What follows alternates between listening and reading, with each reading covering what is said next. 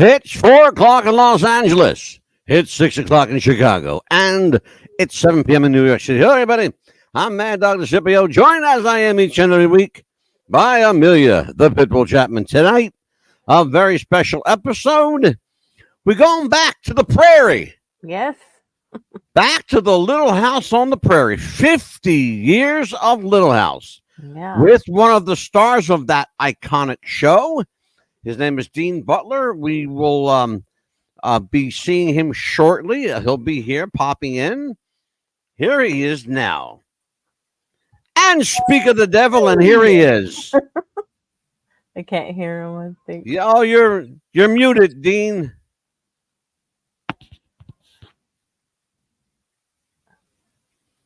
Take your time, brother. Yeah. It's all good. So in the meantime, Amelia, how you dealing with this hurricane? Oh my goodness, we had to strap our, I guess, tin roof down that we had for our carport.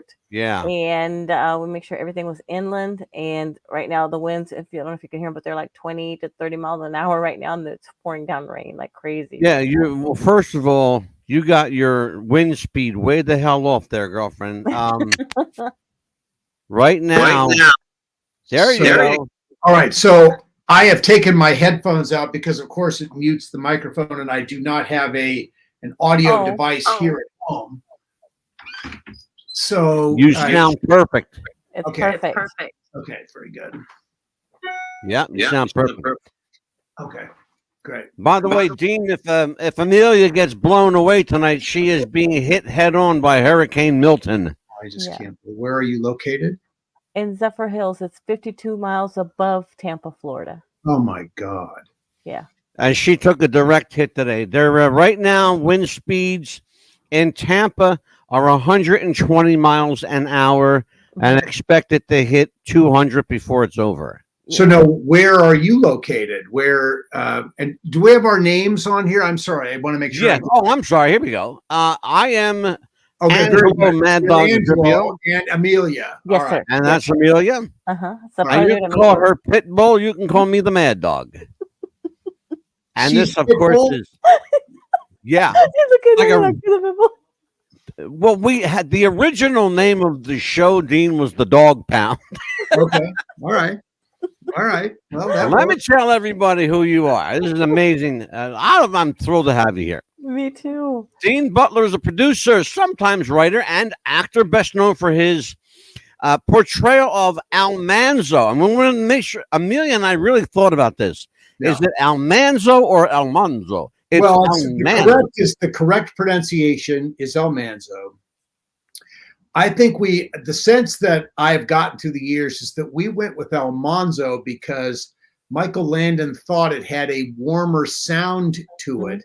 Yeah. Than Almanzo. But, there's so many, when you say, this is my brother Almanzo. Pleasure to meet you, Laura. My friends call me Manny. Well, would have made much more sense if my name is my brother Almanzo. My friends call me Manny. Pleasure to meet you, Manly. Manny. All of that would have made more sense. Absolutely. If Michael thought Almanzo was warmer, no one's going to screw around with what Michael thinks is a good decision. Absolutely right. So we got it from Dean Butler himself. It's Almanzo. And that was in 1979 to 1983. You were on that really groundbreaking at the time. Little House on the Prairie celebrating its 50th year. We're going to talk a lot about that tonight. Right. Dean also co-starred in the feature film Desert Hearts. He played Moondoggie opposite Karen Richmond in the syndicated new Gidget. That lasted about 5 minutes, I believe. It actually lasted 2 years. I love that. It was a 3-year commitment. Okay. So, yeah. I mean, because of issues with the music, it was all Beach Boys music. Yeah. Once that initial deal expired in 5 years, Columbia Television was not eager to renew that. And so the series just has been in mothballs since 1987, 1988. Yeah. 1987. Yeah. But you made up for it. You played Buffy's dad, Hank Summers, on Buffy the Vampire Slayer. Yeah, I did. I Now, Buffy's tell you, dad that was one of my often guilty absent. pleasures. Yeah, sorry. Certainly one of my guilty pleasures. Okay. And I gotta ask you about this. Because I saw the show. And you also played Rapunzel's prince on the original Broadway company of Into the Woods. Now, at the time you did that, Dean, was Bernadette Peters with you? No. So I was the first replacement for Rapunzel's prince, and I got to do the show, I think 4 times with Bernadette when she came back for the PBS recordings of the show. And Chuck Wagner, who had originated the part, was on the road doing the national tour, playing Cinderella's prince. Gotcha. And he had to come. So, but the whole deal, which was a very, contentious situation at the time, I heard PBS wanted the original company always in these things, and I completely understand that now.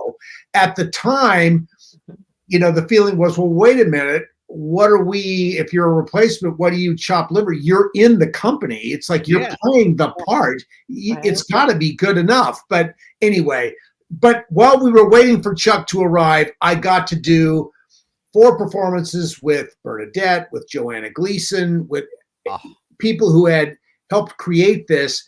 And boy, you felt a difference on the stage. I mean, amen, brother. You sure the hell did, because I saw that show. I will tell you. Yeah. And you can, I don't care who you are, you are in the presence of Broadway greatness when Bernadette Peters is on the stage with you. No question. It's just the way it is. Yeah. She's amazing, remarkable. Yeah, she was amazing at that time, and as was Joanna Gleason. The humor that she created in this part was, yes, other actresses made it funny, but she took the funny to a whole different level. And, my God, based in reality, she was wonderful in the show. And as obviously Bernadette was one of Stephen Sondheim's favorites, and and she was lovely. What a remarkable playwright. Stephen Sondheim was amazing. Amazing. Yeah. That kind of talent is surely missed. The other thing that surprised me, I did not know that you toured with West Side Story. That came as a surprise in my research for the show tonight. Yeah. You played Tony. I played Tony in West Side Story, and that was before Into the Woods. So that was that tour was my first step into musicals on that level, which was a step to take in with that particular part. Anybody who knows that show knows that the first 17 minutes of West Side Story are button poppers for the actor playing Tony. Yeah. There's a lot going on in the show in that first 17 minutes. So, but what a thrill. We went to Japan to do this. This was an A production of the show. We did run-throughs for Jerome Robbins. We were directed by Alan Johnson, who was one of the 2 directors at the time who was sanctioned to direct A productions of the show. Yeah. So it was really a thrill. And, I had never sung 8 shows a week before. So there was a real growing process getting ready. It's interesting you say that, because I'm you're not really known as a singer, although you have a hell of a voice, but then again, when it comes to the stage, it's the old adage, Ethel Merman said it, and I believe it. If it came out of Ethel Merman's mouth, if you can't sing well, sing loud. Yeah. And she made a career of it, God bless her. Yeah, no question. I think, and people have always said about, and this is a great compliment to anyone who had the opportunity to work with Stephen and with James Lapine as well, but particularly with Stephen. What the story always was that Stephen hired actors first, singers second. Yeah. He didn't have great singers, but what was most important to him is that the people who were singing these parts were good actors. Absolutely. And I think that was, as opposed to,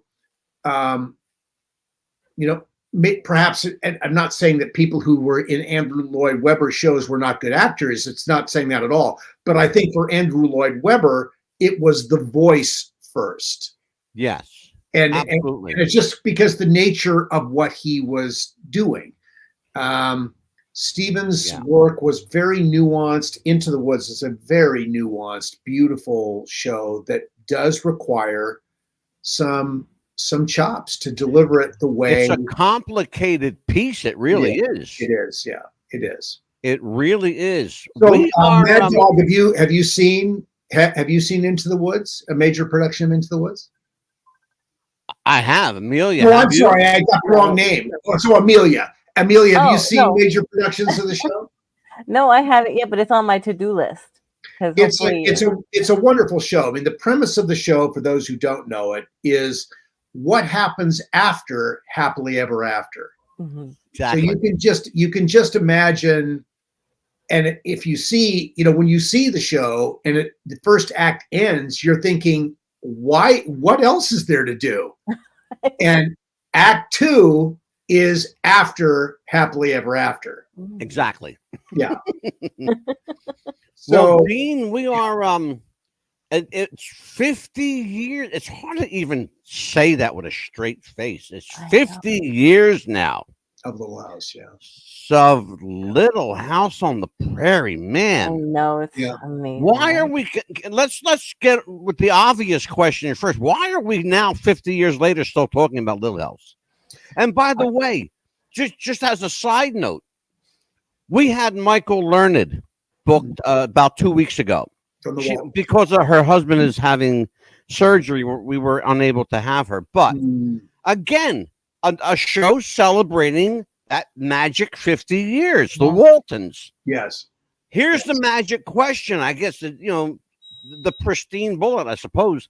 Why are we still celebrating shows like Waltons, Little House? There aren't many of us in this category, by the way. Yeah, no, I know. There really are. And that category is getting smaller and smaller as we mature. I'll use that word. Yeah, no, I mean, we always get this refrain from people. Why can't they make shows like this anymore? And I think the simple answer is it's a different time. Mm-hmm. And there are different sensibilities out there, but I think Little House and the Waltons continue, and shows like the Andy Griffith Show, which is as a half-hour comedy, as half-hour drama comedy, but really it's light, soft comedy, but it's lovely comedy. It's wonderful family-driven comedy. These shows, I think, Little House and the Waltons and Andy Griffith celebrate community, they celebrate family, they celebrate fundamental decency, goodness. Yeah. In the case of Little House, because I'm most familiar with that, and I think Andy Griffith too, for that matter, and the Waltons.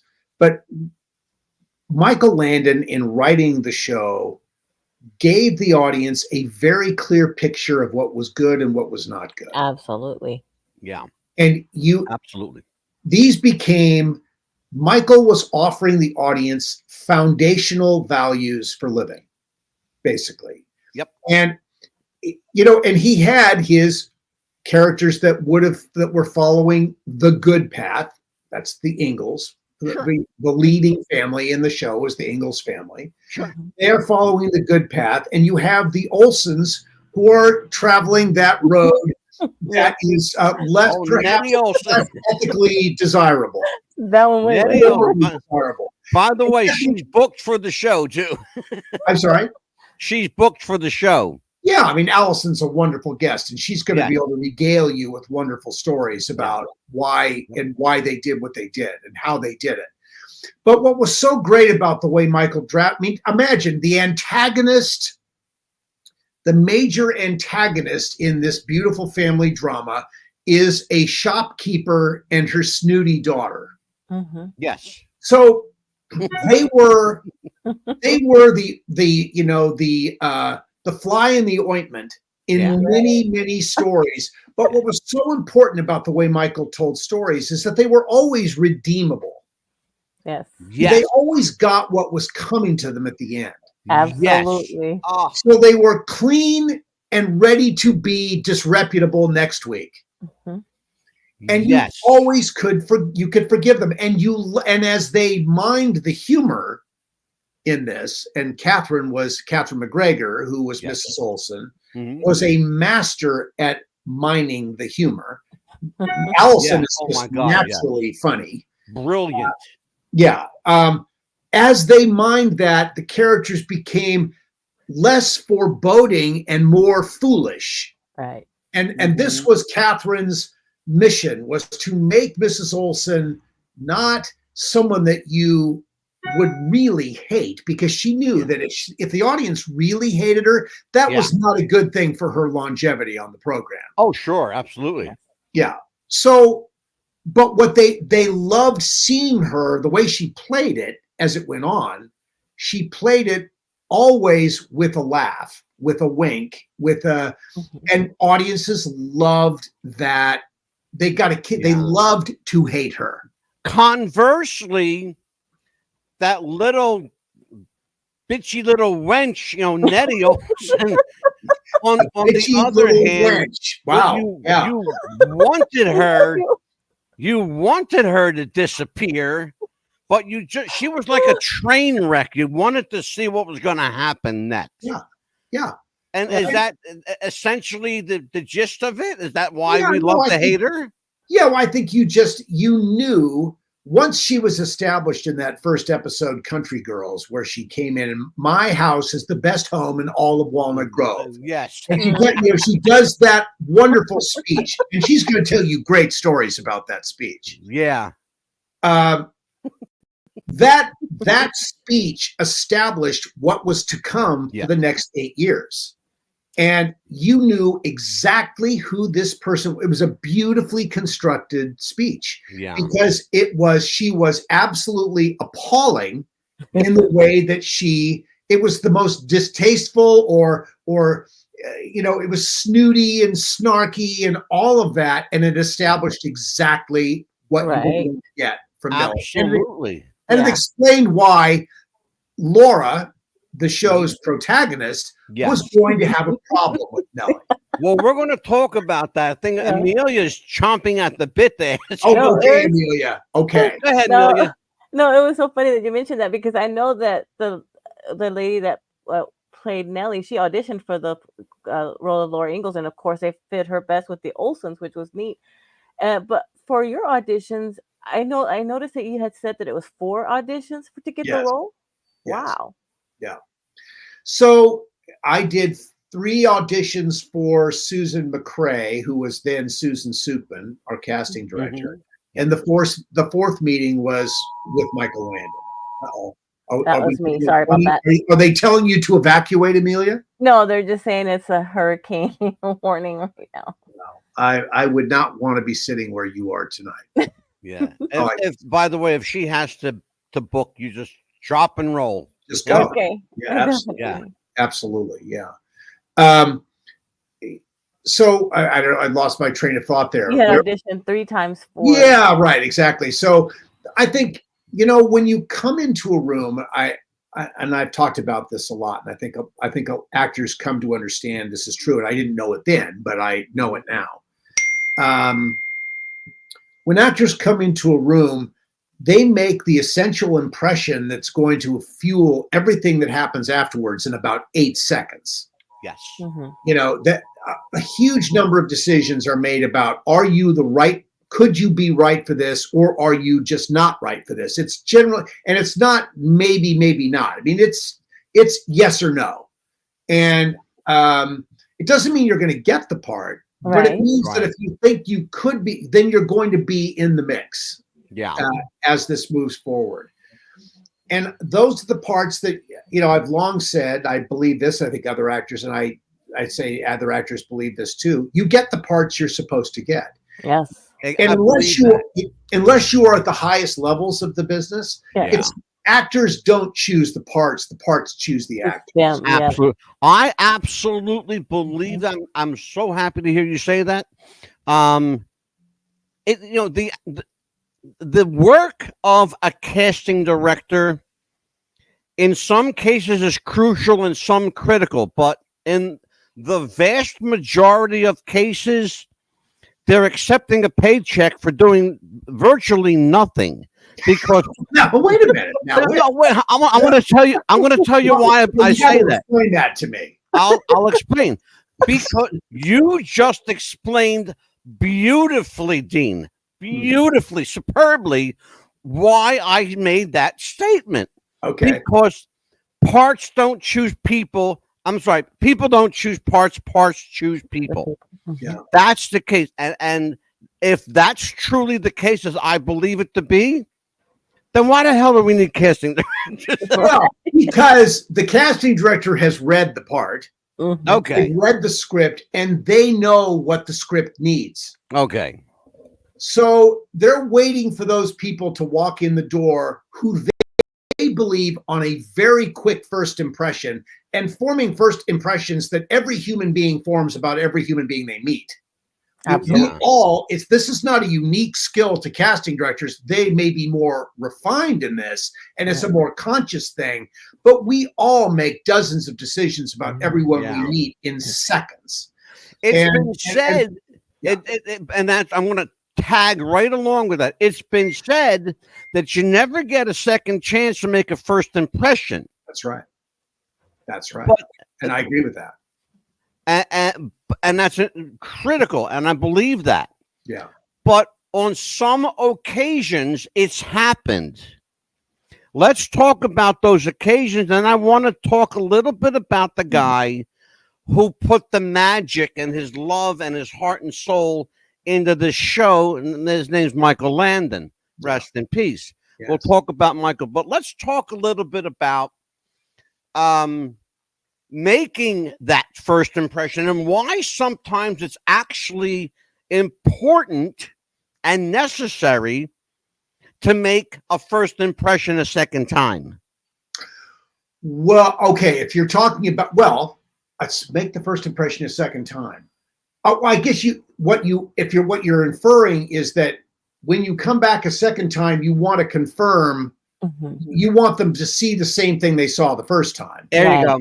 Yes. There you go. Yeah. And I think, actors get into, this is such interesting stuff. And when you're a young actor, you don't think like, at least I didn't, I was not sophisticated enough in the business and the ways of the business to really understand how casting worked. I did not really get what I'm sharing with you so organically tonight all those years ago. Yeah. When I was a kid, and when most young actors are young actors, you're under the impression that you can do anything because you can be anything, you can transform yourself into you can twist yourself into a pretzel and be whatever is needed. Right. Sure. And that may be true in junior high and high school and college.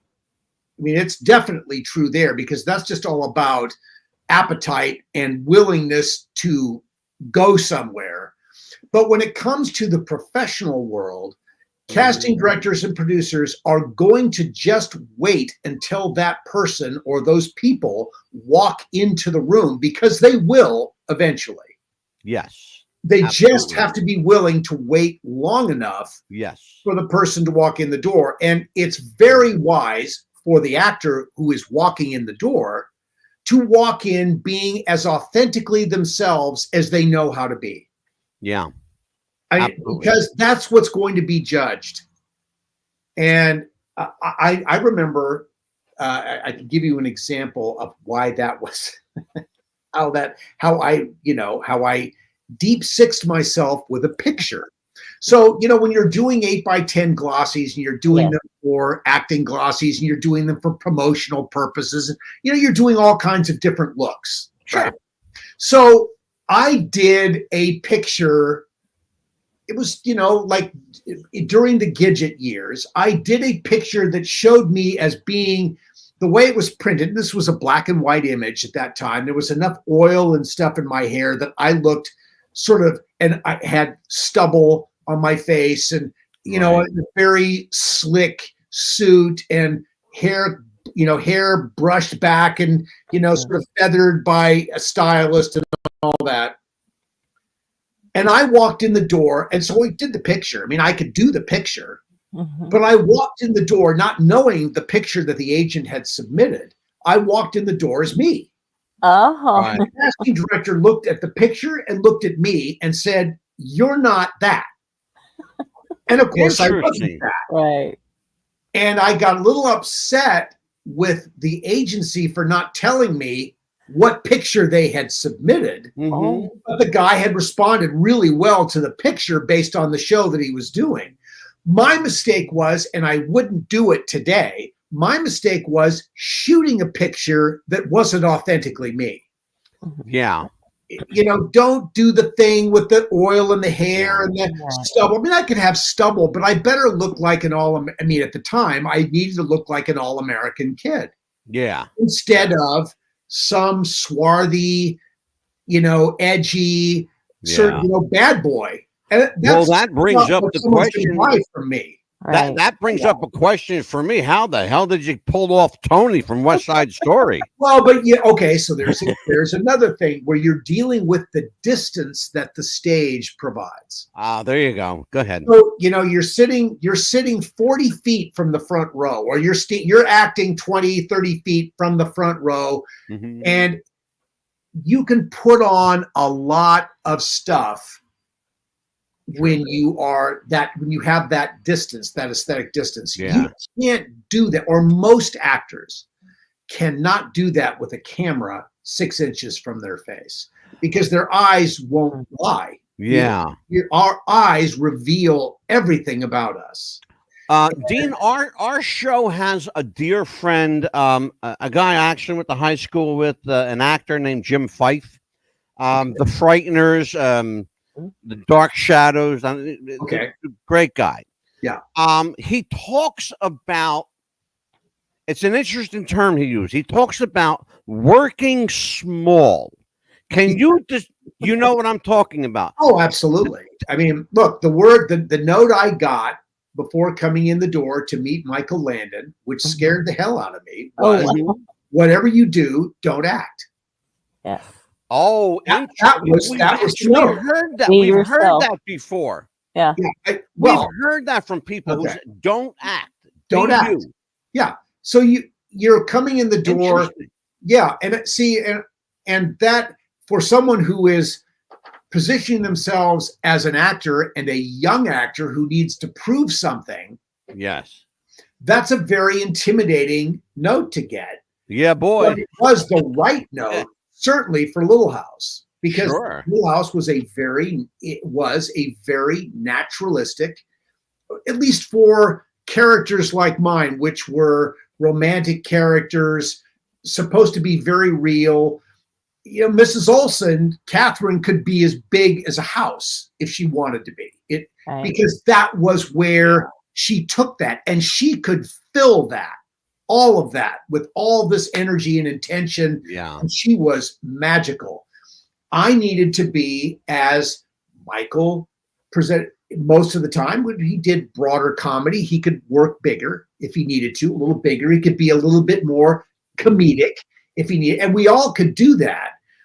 But Michael, working as Michael worked best as Charles Ingalls, as this patriarch of this family, was very, very simple, and a persona that he had honed for 14 years on Bonanza.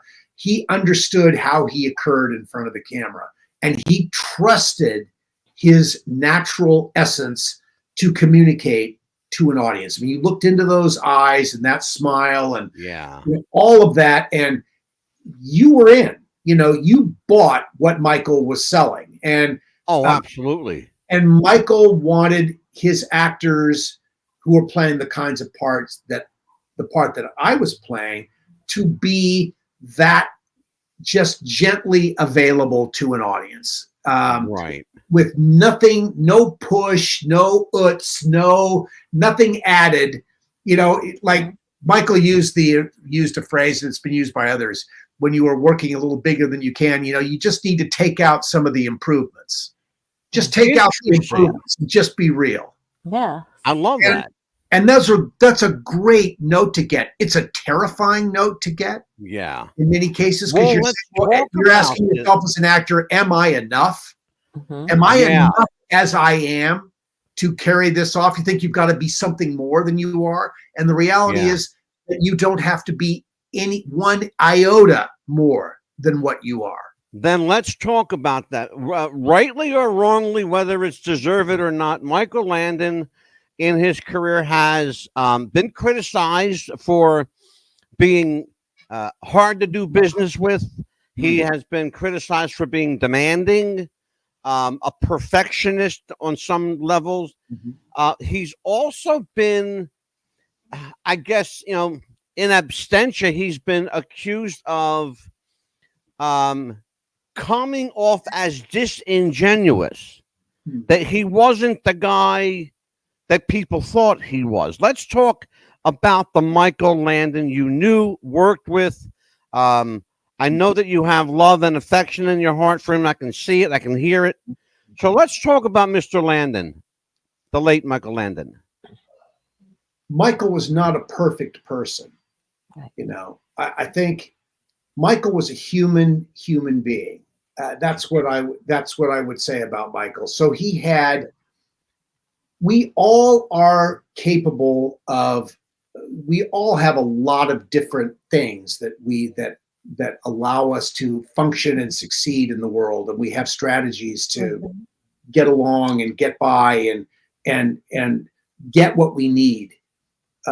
Michael's persona in front of the camera was absolutely perfect for what he did, and he was writing it, so he knew what he did, and he knew how to bring that.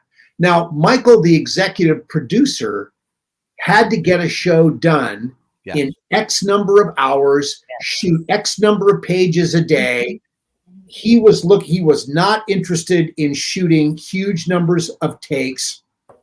He didn't do extensive coverage except where it was really demanded, where it was really called for. Michael was the final voice on that show. So Michael didn't answer to anybody.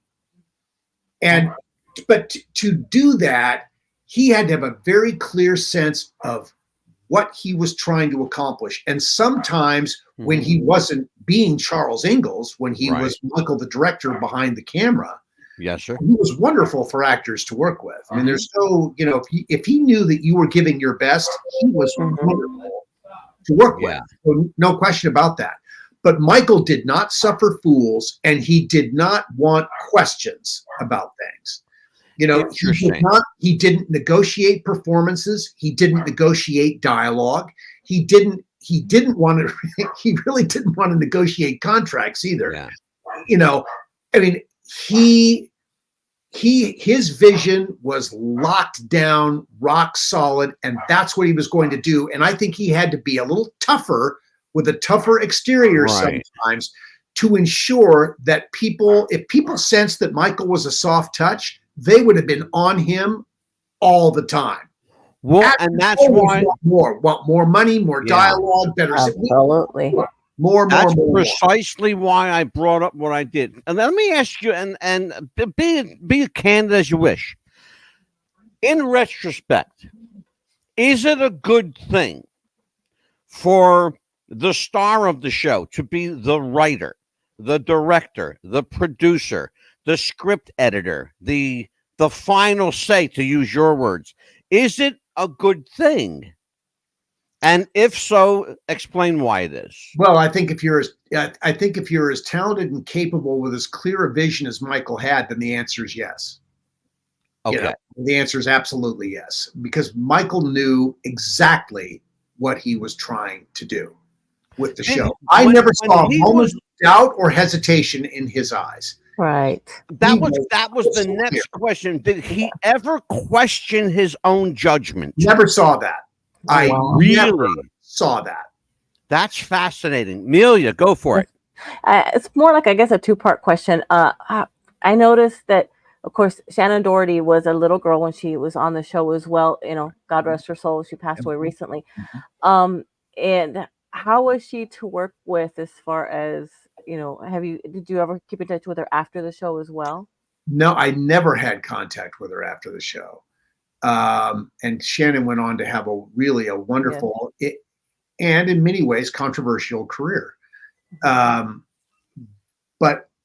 I would say this about Shannon, and I've said this in other situations. I never met a young person who wanted to be famous more than Shannon.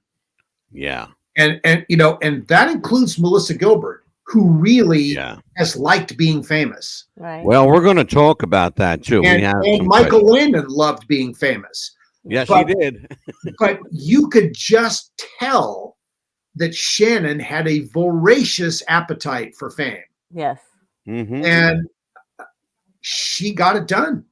Yeah. You know, she absolutely got it done. And now we got her very early part of her career. She was very accommodating. I mean, she was a little girl. She was 11, 12 years old. Mm-hmm. Shannon was great to work with on our stage, but she was a sponge. I mean, in the best sense. She watched everybody very closely. She knew what they were doing. She saw what was working, and she took from that. Yes. And good for her. Now, later in the career, she made other kinds of decisions, perhaps. But in the Little House years, she was a perfect, you know, she was a perfect contributor to what was going on. She did her job. And I thought she was absolutely terrific doing her job. Dean, recently the cast got together. Of course, we were celebrating the 50th anniversary of Little House on the Prairie. The cast got together, and I'm assuming it was a jovial atmosphere, and everyone was happy to see each other. There has been some fallout, and we're just going to do this peripherally. I'm not going to go down any rabbit holes, but you, by the look on your face, you know where I'm going. Well, go ahead, go there. Let's see. Okay. There is a rather viral video floating around of Melissa Gilbert saying some, quite frankly, uncomplimentary things of her former cast members. Did you catch any of that at the? Well, no. Send me a link. I haven't seen that video. I will absolutely. I will. Before I answer anything more, I'd sort of like to see it. Amelia, do me a favor. Send that link. Put that link in that private chat, and let Dean have that. Okay. Are you wanting me to comment on it before we talk? No, actually, no. That's why I said I just want to do this peripherally. I don't want to go down the rabbit hole. We do have a friend of mine, however, in the chat. He is an amazing playwright. His name is Kenneth Jarrett Singleton. Okay. He's a dear friend of mine. He says, I love seeing actors go back to their roots within theater. Here's my question for you. Mm-hmm. Should it be compulsory? Should it be mandatory, necessary for television actors who have theater to go back to the theater? Well, look, I think if it were as easy as saying it's compulsory and you're going to be welcomed into the theater anytime, I think it's a great thing to do. You know, I think to say it's a requirement. I mean, look, there are people I've been to. I'm not going to use the actress's name. Okay. But I went to a show. It was in Los Angeles, a production of Picnic years ago. Okay. Mm-hmm. The young actress playing the female lead in that was at that time, she was very successful in movies. I mean, it was working really well for her. Yeah. When she came on the stage in Picnic, she absolutely disappeared on the stage. It was like there was a hole on the stage where she stood because she couldn't work bigger. she couldn't come across the footlights. Yeah. It's just not who she was. She was wonderful in front of the camera. Mhm. She was great in front of the camera. You know, I think that's conversely, I went and saw a production early in my Little House years of Barnum on Broadway with Jim Dale on Broadway. Sure. Wonderful British actor who absolutely consumed the stage playing P.T. Barnum. Amazing Consumed. actor. It was an incredible performance. Yep. I found him very difficult to watch on the screen. I agree. Because he worked so big, the things that made him incredible to watch on the stage made him hard to watch on the screen. I've had a similar reaction to Jim Carrey, who is amazing on the stage and can be terrific on the screen. But you know, I can only watch Ace Ventura: Pet Detective for so long. Yeah, absolutely. I'm with you, brother. I am absolutely with you. Now we understand in fullness what my friend actor Jim Fife means by working small and working to your audience. Yes. Oh, I think you have to know where you are. Right. You have to know where you are. And that's a problem. As particularly, and here's my pet peeve, and I'll just throw it out to you because I know you're going to like Dr. Dean Butler's going to take care of me tonight because I believe that. I have this hang up. No, I'm serious. It's like it's really bothersome to me because I am a filmophile. I love movies. Yes, he does. I love to watch TV, and I love good programming. Here's what irks the crap out of me is that I see young actors today with virtually no training whatsoever trying to do something they saw once in a movie or saw once on TV and failing miserably to pull it off. Yeah. Okay. That's my serious pet peeve. And I know that you understand where I'm going with this. Please explain to me if I am. Shut up, Millie.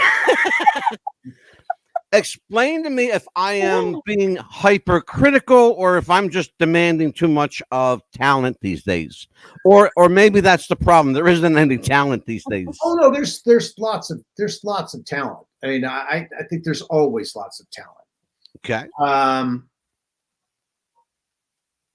I think that particularly if you have gained some level of notoriety on the screen for doing some piece of work, doors open to you because it's a very commercial business. Your doors open to you to come and bring whatever your skills are into another environment because producers who are doing plays or musicals feel like this person maybe can help us sell tickets, which is a critical. One cannot, until all theater, which is not going to happen in our country, is state supported. Right. People have got to buy tickets. So there's a reason people buy tickets. I think there's an old phrase, which of course you don't get to when you're a young actor and you've struck lightning, struck gold in something.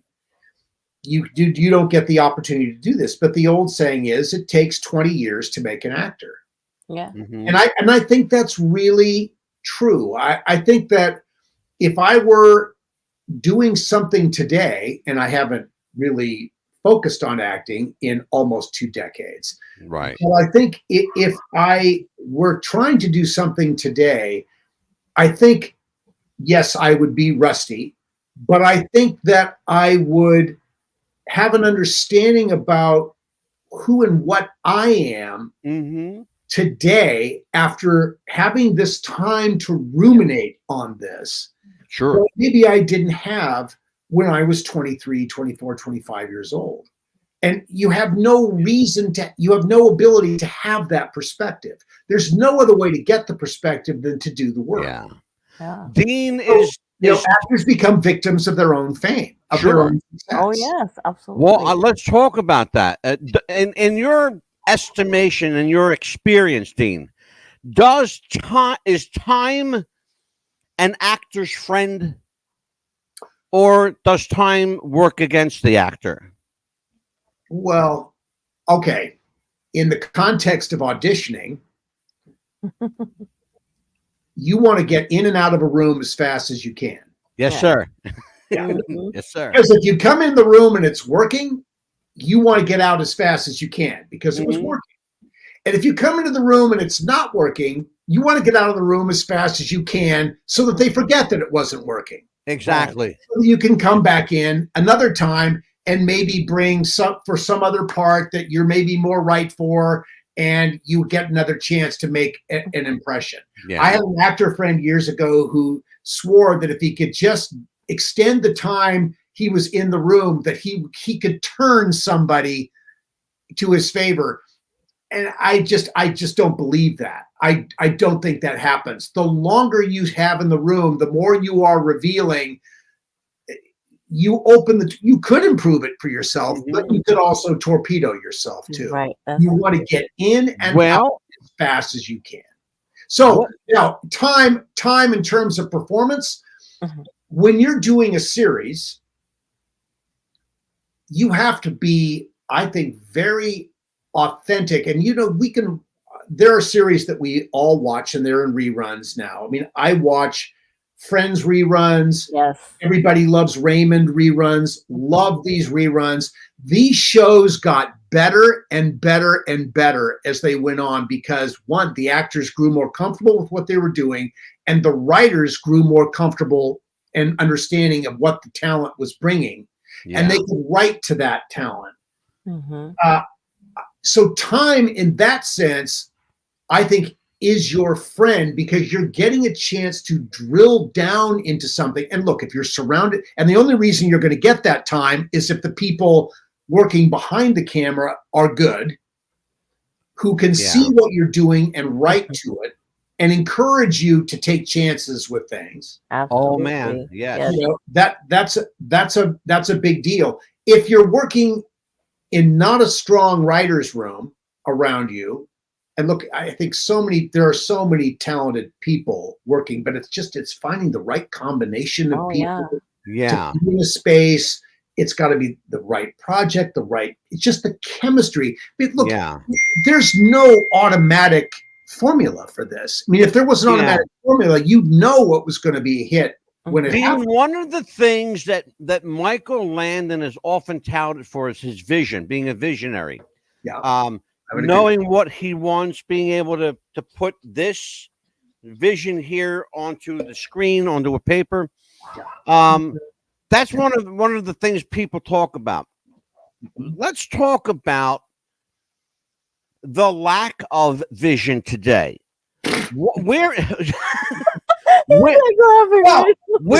the visionaries? If I ever had any hope of ever working again as an actor, and people are watching, I'm blowing myself out of the water here with all these answers to these questions. I'm going to get posted up, and who's going to hire me again? I don't know. Well, we only have an audience of about 14.5 million, so I think you're safe. Okay. We have a small audience. It's under 20 million, so you're good. But no, I'm being quite serious. I see, like, people are afraid to push the envelope. Michael Landon, again, to his credit, we called Little House groundbreaking because he wasn't afraid to push the button. He wasn't afraid to push the envelope. You people now they're so PC. Oh my God, they're afraid. God help us if we say something wrong. Well, guess what? Bafangul, okay? So you said something wrong. I cleaned that up, Milia. So I know you did. I think you're sort of playing two sides of the same coin, or the two identical things there. Yes. Okay. Michael was. Michael was very comfortable saying that he knew that Little House was not for everybody. Right. He was very clear about that. So there's a whole section of the audience that wouldn't take 2 seconds to watch what we're doing here. Yeah. On the other hand, there's another part of the audience, a huge part of the audience, that can't get enough of what we're doing here. Mm-hmm. And he was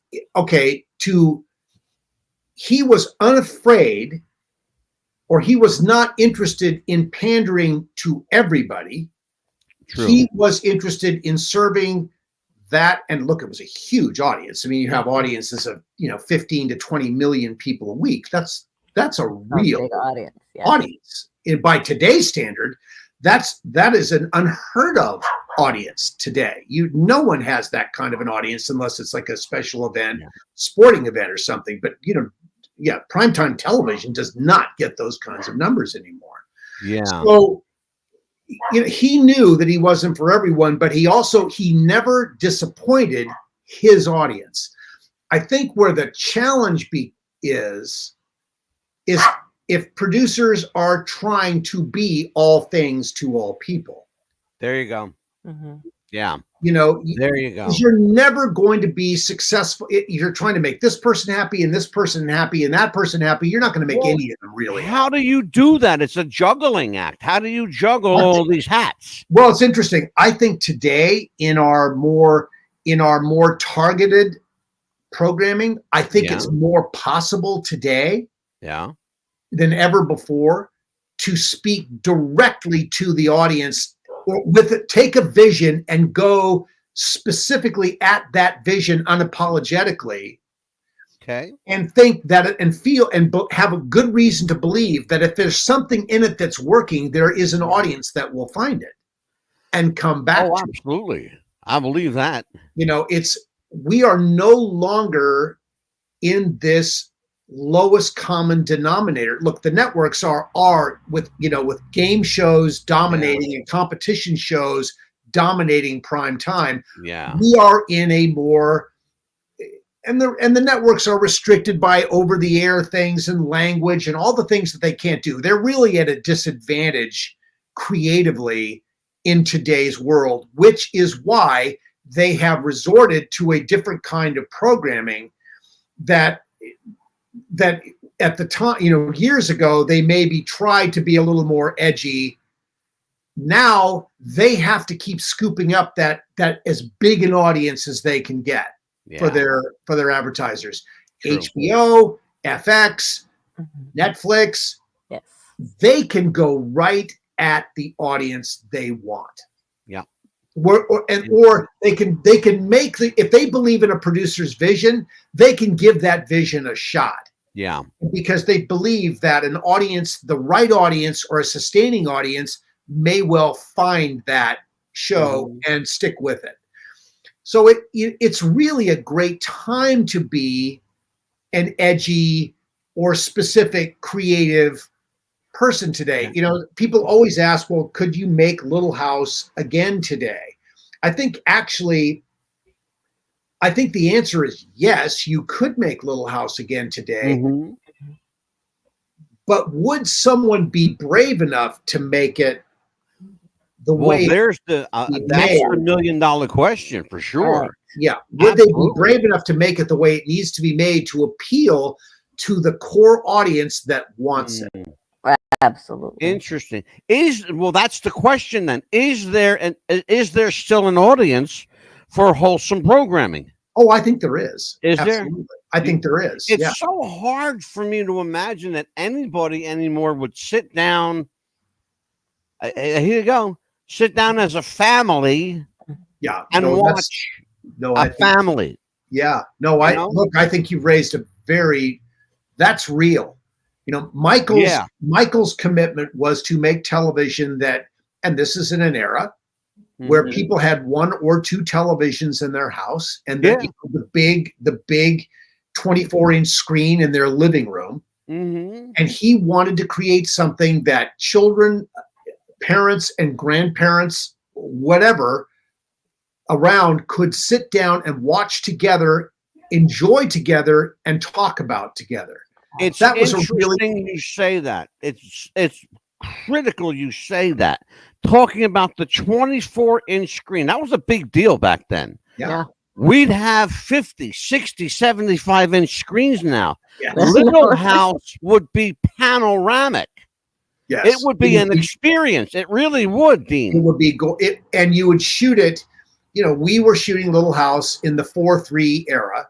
Yeah. Of television. Sure. Little House in a 16:9 environment would be shot in the right circumstance with the right commitment to cinematography. Yeah. Could be absolutely gorgeous.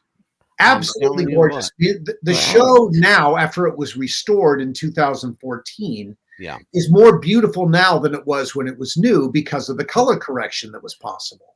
Dean, who had creative control of that? The owners of the program ultimately did, and that was NBC. Okay, all right. Well, I wasn't sure if Little Michael House Landon was NBC's only owned program at that time. All I was going to say, because my understanding is that Michael Landon actually had ownership of the show. No. Okay, so he had a participation in the show, but he didn't have a controlling interest in the show. I think he did have a controlling interest in Highway to Heaven. Yes. Okay. He made a decision that he wanted to own The Rock at that point. NBC I think Bonanza was an NBC-owned show, I believe, and Little House certainly was the network's only owned program during its time on the air. Yeah, my understanding, Dean, is that Michael Landon had his entire television career was almost exclusively with NBC. It was totally with NBC until the very end, when it was a very sad. I think it was probably a very sad day for him. Yeah. After in a really sobering day, after he'd had successes. I mean, he spent more than half of his life in prime time on NBC. Oh my God, yeah, sure. And so when he came to NBC with a pilot for a show called Us, which was going to be something that he was going to do after Highway to Heaven, the word was that NBC said, "Pass, we don't need you anymore." Wow. Hello, that's a slap in the head. That's the way and that's reportedly the way someone who took that meeting put that to him. They literally used those words. Anymore. Wow. Yeah. Wow. They literally. Yeah. It's a fickle business, man. It's interesting. Yeah. It's interesting because some of the things you're saying. Oh, so no, but he just finished this. So he went to CBS. He went to CBS with Us, and they bought it in a second. Oh my God! Absolutely. Please, are you kidding me? Yeah. One of the he never got to make Us beyond the pilot because that's when he was diagnosed with pancreatic cancer, and then within 2 weeks he was gone. And that was just my God, so sad. That's so sad. We have, for the last year or so, we've had a campaign here called Be a Buddy, Not a Bully. Okay. And I want to talk to you a little bit about that, and I'm not going to go down that rabbit hole. I will bring you back for another show on this, for sure. We wanted to do something that would make a difference. We wanted to do something that would change ideals and attitudes. Talk to me about how the bullying started in your life and what you did to break free. You took my question. Sorry, Amelia. Yeah, so I think, that's why I get paid the big bucks. There you go. Yeah. Yeah. Exactly. You get to ask the big questions. So I know, what happened for me is I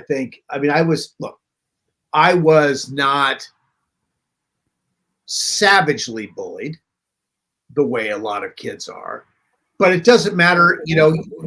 When you're being bullied, it doesn't matter. I have the perspective now to know that I was not ruthlessly bullied. Yeah. But it was painful at the time. And when you are bullied, you are being tested by your peers. Absolutely. And I was being tested for taking myself so seriously. I was a very earnest, like my family had a phrase that described me perfectly. And the phrase was often in error, never in doubt. And that was a descriptor for me. And because I was never in doubt, and because I had a tendency to blush when I was at that age, because I took myself so seriously, if anybody questioned my certainty, I would get a little hot about that. Yeah, I love this guy. I Mhm. effing love this guy. My nickname as a child was Mr. Know-It-All. Okay, so you and I are we're kindred As a spirits. child? We are kindred spirits, Dean. Huh. That's So my brother from another mother, Dean Butler. there you go. There you go. So I think it wasn't until, I know it wasn't until one, I did something that sort of separated myself from where I was able to separate myself or distinguish myself as being good at something. And that happened through announcing of basketball games as a sophomore in high school. That was sort of my first step into being accepted. At least that's what it felt like to me. It was the first time I felt like I opened my mouth and spoke and people didn't tease me or make fun of me. As I was speaking about something that everyone could see right in front of them, and they didn't have a problem with the way I was speaking about it. So that was a big thing for me. And then realizing that, and the advice I got from my mother, and I'm sure anybody who gets teased should get this advice from their mother or their father or whomever they trust, a mentor of some kind. You have to be able to learn to laugh at yourself. You've got to be able to realize that what you say is not beyond question. Brother, we do that every night here. No, right? Yeah, you just did it right. You just did it right there. I mean, that is the point. And I think as soon as the people who are bullying you, teasing you, believe that you can take it, that you can laugh at what they're doing or find the humor in it or not get so upset, it stops. Now, sometimes, look, something I had a very hard time doing, and it was, I've never been able to do it. And this is one of the, if I have a sadness in my life or a sadness, if I have a disappointment in my life, there were times when I was being bullied where what really needed to happen was someone needed to get hit in the face. Absolutely. Sure. And that stops it as well. I mean, one pop in the face and it all goes away because no one really wants to get hit in the face. I could never do that. So or successfully do that. So I had to develop another strategy to make it go away. And part of that, for me, that was an ability to be self-deprecating, to be, instead of so serious and committed to my opinions, allowing for the fact that maybe I wasn't right all the time, that maybe I did things that were, justified being laughed at a little bit or teased a little bit. And once you get there, once you get to that place, everything's okay. Yeah, I know. I parlayed it into a career. Look at me. I'll tell you what, Dean, we have, oh my God, I have so many questions. I have to bring you back. Okay. I know, so many questions. When we go off the air, I want you to hang around for 15 seconds for me. I have some stuff for you. Sure. Amelia, tell everybody what's coming up, please. Yes, we have actually on the 21st, 22nd, and the 23rd of next week, we have, we're going to be talking about 3 days of Kennedy, the Kennedys. What really happened in Dallas, November 22nd, 1963? We have one of the foremost experts on planet Earth joining us regarding the John F. Kennedy assassination / setup / debacle. There is a lot going on here. There's a lot of moving parts, and we will take 3 days, the first 3 days, to unravel a very, very complex mess. Absolutely. It's not for the faint of heart, folks. I will just tell you that there will be an audio visual on this one. Wow. Those of you watching us on Amazon Prime, Roku, Tubi TV, listening on Pandora, iHeartRadio, and every other podcast platform that we have, we thank you for almost 15 million subscribers. We are very humbled, grateful for that. This little podcast that could actually did quality programming. I think it makes a difference. It really, really does. Oh, absolutely. It really does. Dean Butler is my brother from another mother. He will be back with us at some other time that Yes. we will work it out in just a few minutes. In the meantime, for Amelia, the Pitbull Chapman, for Dean Bad Baby, Bad Baby Butler, he is coming back to Papa Bear. I am Mad Dog DeCipio. He loves that. That's a first. I've never been just. That's like a new thing. I've never heard that. Well, you're in now, baby. Bad Baby Butler. Is that what you Yeah. said? Wow. Bad Baby, but I'm telling you, you're back. We will be back. Okay.